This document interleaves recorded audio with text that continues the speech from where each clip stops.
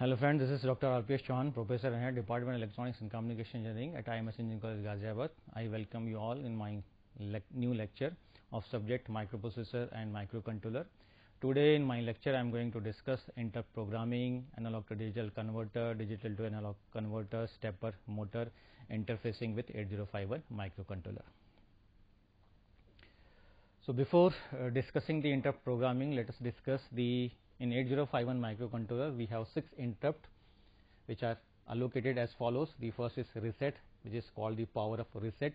2 interrupts are set aside for the timers, one for timer 0 and one for timer 1 operation. 2 interrupts are set aside for external hardware interrupts, that is it belongs to P3.2 and P3.3 are for the external hardware interrupts, INT0 or EX1 and INT1 or EX2. Then the serial communication has a single interrupt that belongs to both receive and the transfer operation. So the 6 interrupts which can be shown in this particular table, this can be shown on the basis of highest to lowest priority. So we have the external interrupt 0, which can be denoted by INT0. This is the external interrupt.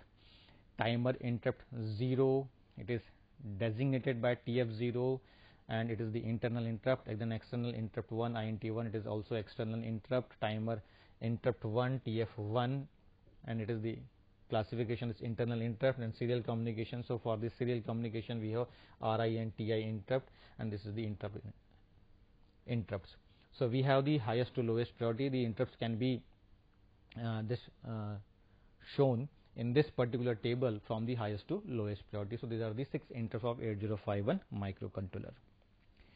Now enabling, disabling an interrupt. Upon reset, all interrupts are disabled, which is masked, meaning that none will be responded to by the microcontroller if they are activated.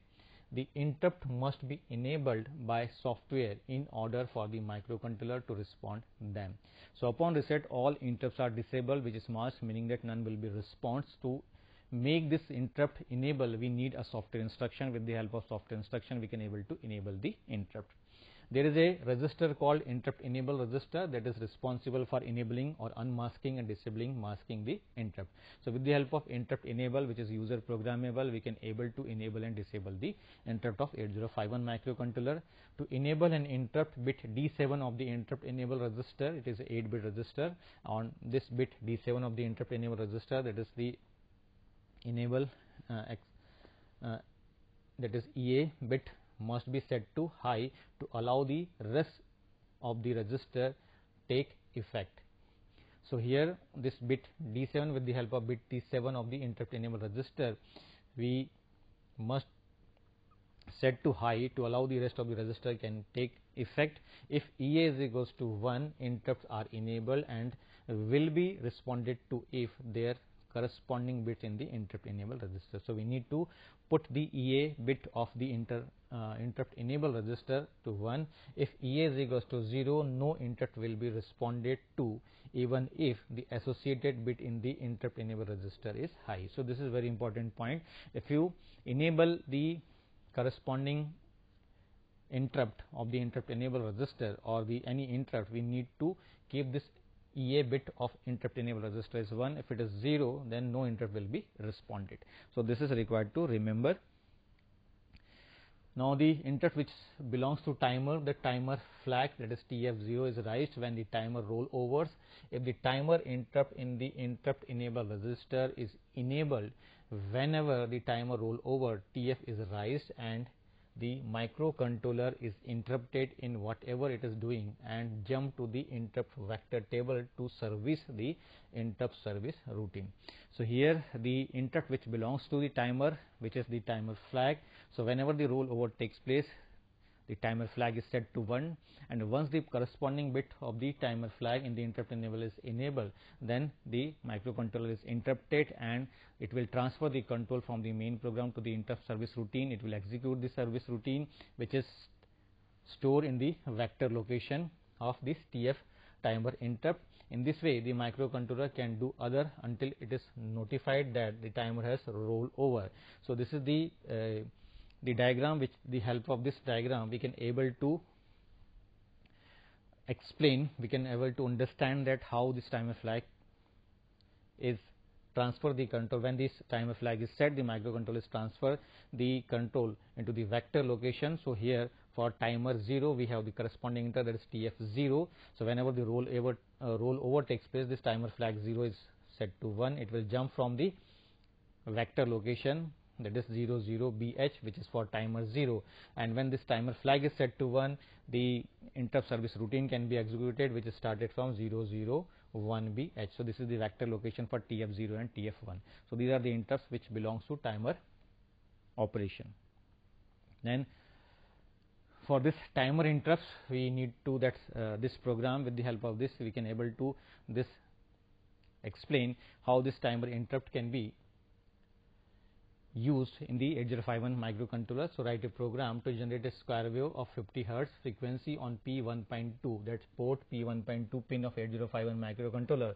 This is similar to this example, except that it uses an interrupt for timer 0. Assume that crystal frequency is 11.059 megahertz.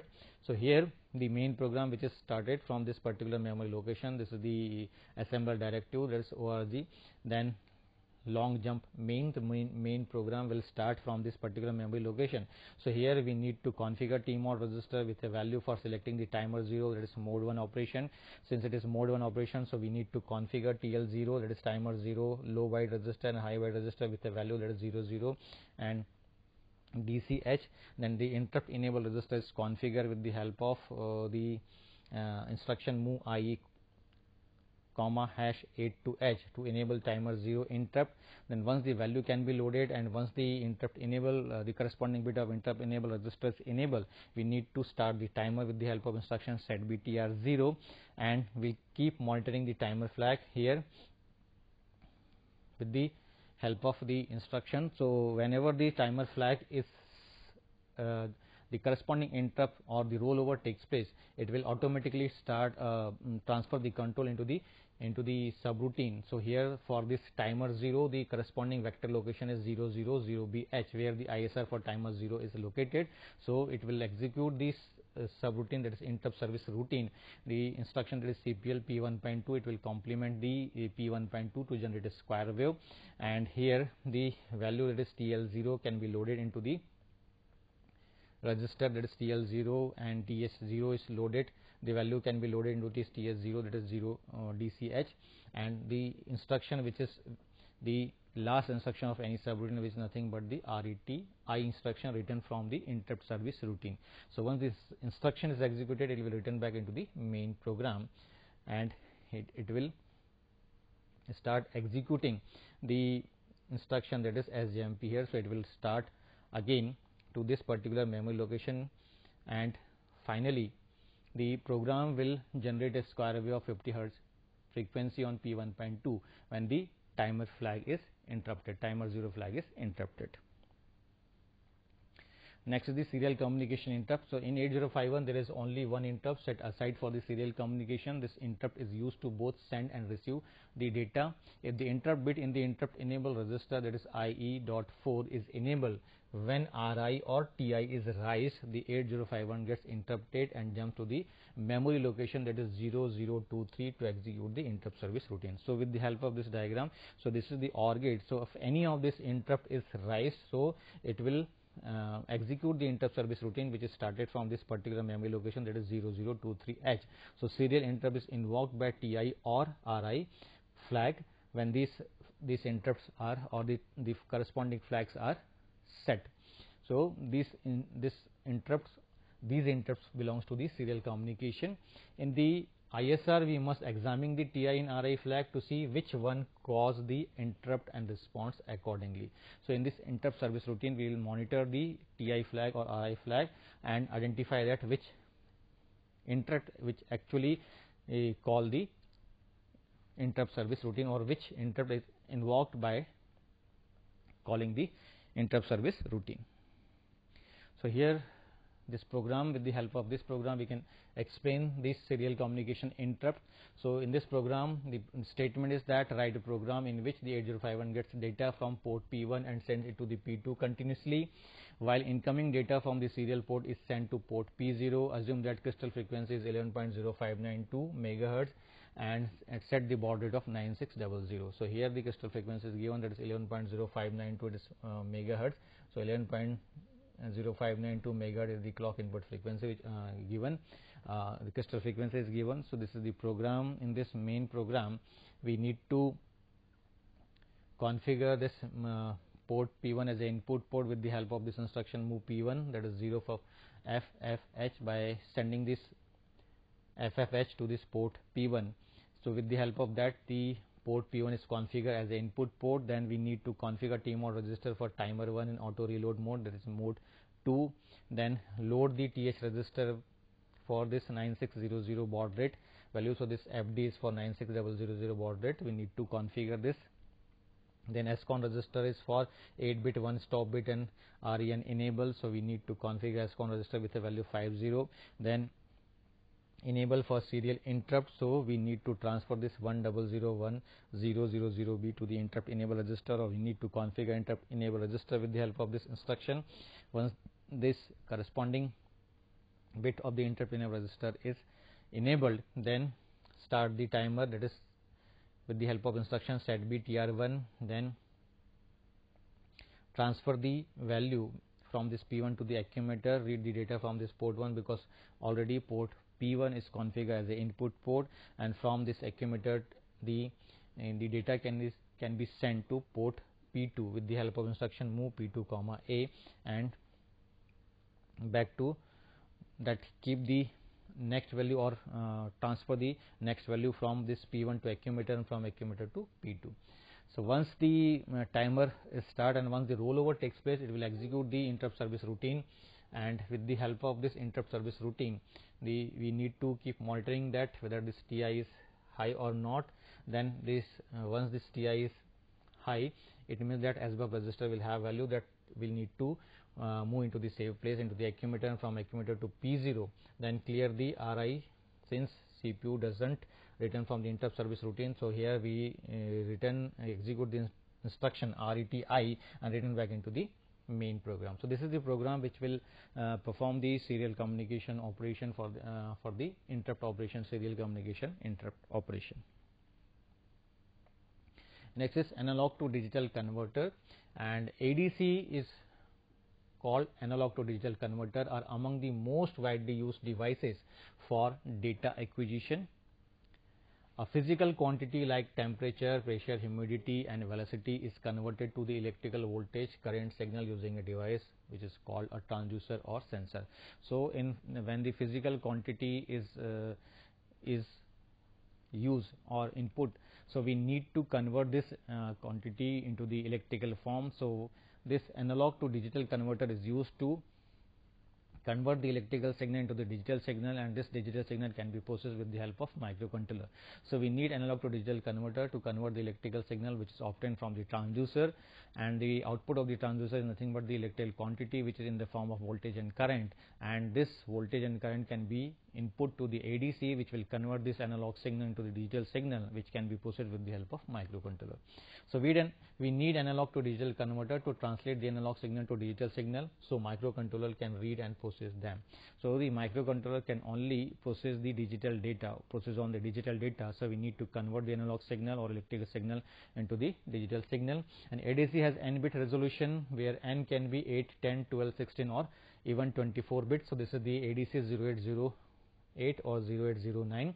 So the highest resolution of ADC provides a smaller step size, where step size is the smallest change that can be discriminated by an ADC. So here this is the diagram or the block diagram representation of ADC. So we have the number, that IC number is 0808, which is used for analog to digital converter.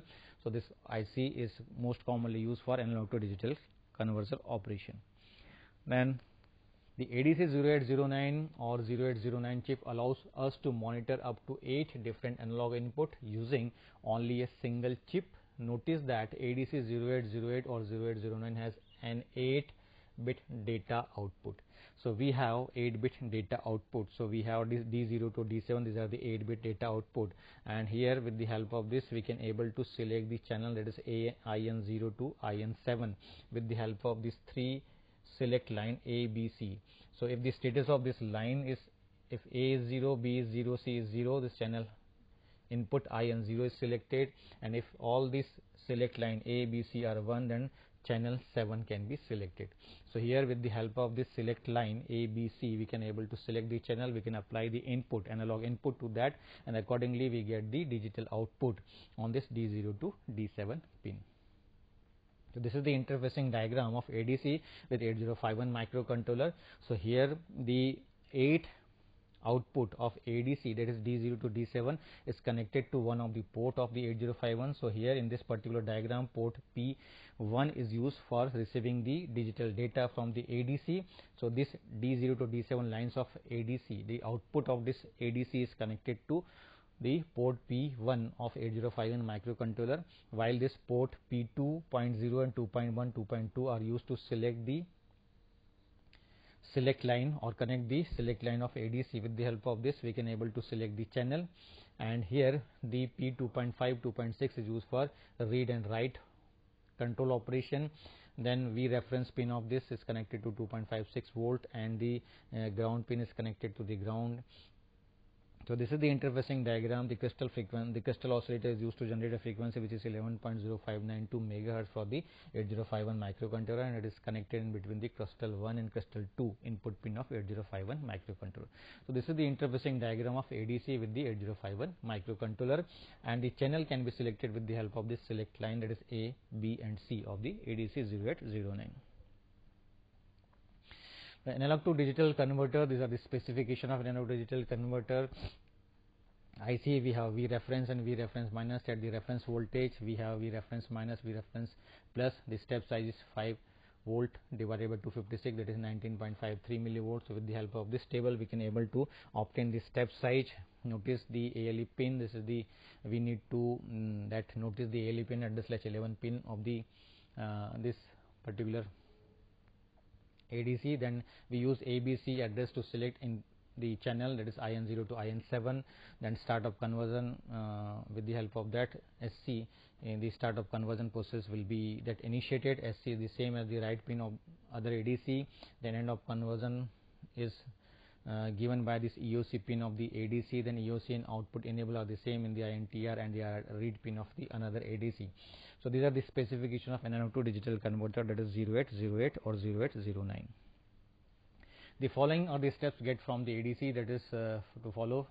Then select the A, with the help of this address line, we can able to select the channel, activate the ALE address / enable pin. It needs an low to high pulse to latch in the address, activate start of conversion, then monitor the end of conversion to see whether the conversion is finished or not. Activate the output enable. Once the output is enabled, then only then we can able to receive the data on the output data pin of the ADC. Then the program, just write a program to monitor the end of conversion pin and bring an analog input into register A, then call a hex to ASCII conversion and data display subroutine.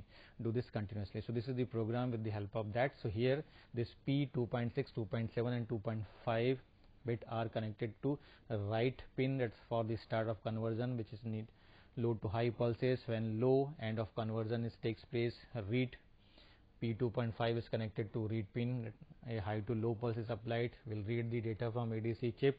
P1.0 to P1.7 are connected to D0 to D7 pin of ADC, which will receive the digital data, the converted data to the microcontroller.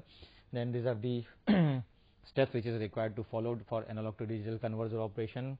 So here we need to configure P1 as a input port, then clear P2.6 for low to high, P2.6 connected to right for low to high pulse, then set B 2.6. So here with the help of this WR is equals to 0, and when we use instruction set B P2.6, so for low to high pulse we need to put this right pin to 1, that is low to high start of conversion.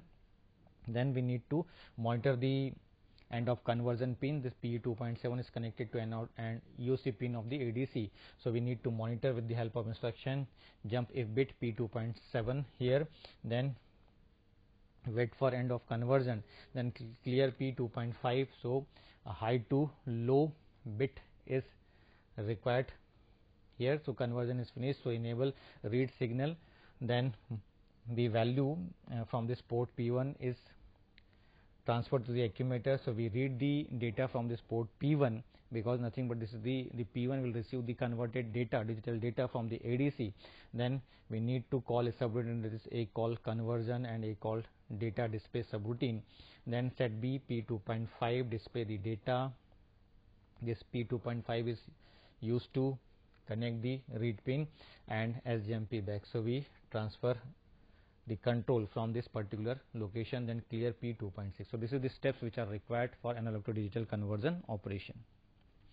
Next is the sensor interfacing. So, LM35 is nothing but the temperature sensor. The LM35 series sensors are precision integrated circuit temperature sensor whose output voltage is linearly proportional to the Celsius centigrade temperature. The LM35 requires no external calibration since it is internally calibrated in output 10 millivolt for each degree of centigrade temperature. So, these are the table. With the help of that we can able to find the output of this temperature sensor. Though here this LM35A will give the output, that is 10 millivolt per degree centigrade. So, this the accuracy is plus 1.0. So, this is the sensor interfacing. This figure shows the connection of a temperature sensor to the ADC 0848, the LM336 2.5 Zener diode to fix the voltage across the 10 kilo port at 2.5. So, we use this Zener diode, that is LM336, to fix this voltage this across this port. So, we have this LM336 Zener diode.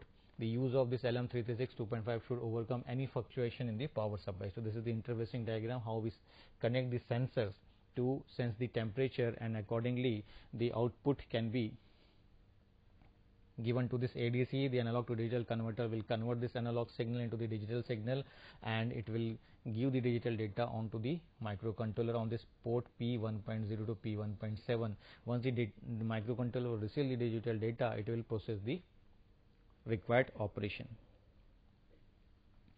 So, this is the program which is used for sensor interfacing. So, we connect the ADC to this P2.5, 2.6 and 2.7 bit. Then here in this particular program, so we need to that use this assembler directive. So, my data which is in this port P1.0 to P1.7 will receive the digital data from the ADC, make P1 as the input port, then set B INTR, clear WR bit. So, this way for low to high and end of conversion bit. Then we need to call a call subroutine and a call conversion subroutine and a call display subroutine for the required conversion. So, this is the conversion program which is used for the conversion of the required bit, and this is the display program, display subroutine, which is used for the center interfacing. Next is digital to analog converter. The digital to analog converter, the IC is 0808. The digital inputs are converted to current I out, and by connecting a resistor to the I out pin, we can convert the result to the voltage. So, here the output of DAC is given by this equation. I out is equals to I reference D7 by 2 D6 by 4. That usually reference current is 2 milliampere. Ideally, we connect the output pin to a resistor, convert the current to voltage, and monitor the output on the scope. But this can cause inaccuracy, hence an op amp is used to convert the output current to a voltage. So, we need a output current to voltage. So, we need current to voltage converter. Now, assuming that I reference is equals to 2 milliampere, if all the input to the DAC are high, the maximum output current is 1.99 milliampere. So, this is the DAC interfacing. So, write an assembly language program to generate a triangular wave using 8051 and DAC interfacing. So, we have this 8051, the digital input is applied to this DAC 0808 on this particular pin D0 to D7, and this digital data can be converted into the analog form with the help of this section. So, here with the help of this program we can able to generate a triangular wave. So, here move A comma 00H. So, first the accumulator is loaded with a value 00H, then this value can be transferred to this port P1, then increment the value of this A in a step, compare jump A with the maximum value, that is FFH, whether it is 0 or whether it is equal or not. Once compare jump if not equals to that, then INCR, then increment the value, then DECR, then with the help of this instruction the value can be transferred to the port P1 and decrement the value of A, then again compare with this value. So here we need to compare the value with that 0. This is the waveform, which is nothing but the triangular waveform. So this is the 0 0 value and this is FF. So we need to compare with the initialize the value of A with a value that is 0 0, then it will goes on incrementing to up to FFH, and then from FFH to 0 0H, then again from FFH. So this way we can able to generate the triangular wave with the help of this interfacing of DAC with the 8051 microcontroller. Next is the stepper motor interfacing. A stepper motor is a device that translates electrical pulses into a mechanical movement in steps of fixed steps. The stepper motor rotates in steps in response to the applied signal. It mainly used for position control. It is used in disk drive, dot matrix printer, plotters, and robotics and process control circuits. So these are the main application of the stepper motor. Stepper motor has a permanent magnet called rotor surrounded by a starter. The most common stepper motor have 4 starter windings that are paired with a center tap. This type of stepper motor is commonly referred to a 4-phase or unipolar stepper motor. The center tap allows a change of current direction to each of 2 coils when a winding is grounded, thereby resulting in a polarity change of the starter. So the interfacing of the stepper motor, even a small stepper motor requires a current of 400 milliampere. So we need to connect a motor driver. With the help of that, it will enhance the driving capability of the stepper motor. So we need the motor driver to run the stepper motor. Then the operation, the important parameter of stepper motor is that step angle. It is the minimum angle through which the motor rotates in response to each excitation. In a 4-phase motor, there are 200 steps in one complete rotation. Then the step angle is 360 divided by 200, which is 1.8 degree. To rotate this stepper motor, we have to apply the excitation pulses. For that, the controller should send a hexadecimal code through one of its ports. The hex code mainly depends on the construction of the stepper motor. So these are the hex code which is required to supply on the corresponding port which is connected with the stepper motor. So this is the interfacing diagram of the stepper motor with this 8051 microcontroller. So this is the 8051 microcontroller, and this is ULN2003 driver IC. So this driver IC is used to enhance the driving capability of microcontroller, because we cannot connect the stepper motor directly with the 8051 microcontroller, because we need the ULN driver, which is nothing but basically a Darlington transistor amplifier inside it. So it will enhance the driving capability or increase the current capability, current capacity. So this way we can able to run the unipolar stepper motor. So stepper motor can be interfaced with this 8051 microcontroller. So this is the interfacing diagram of the stepper motor, and this is the stepper motor programming. So here initialize the port P1 with a value FFH, then take the value of A to this port 1, code for the phase 1, then we need a delay.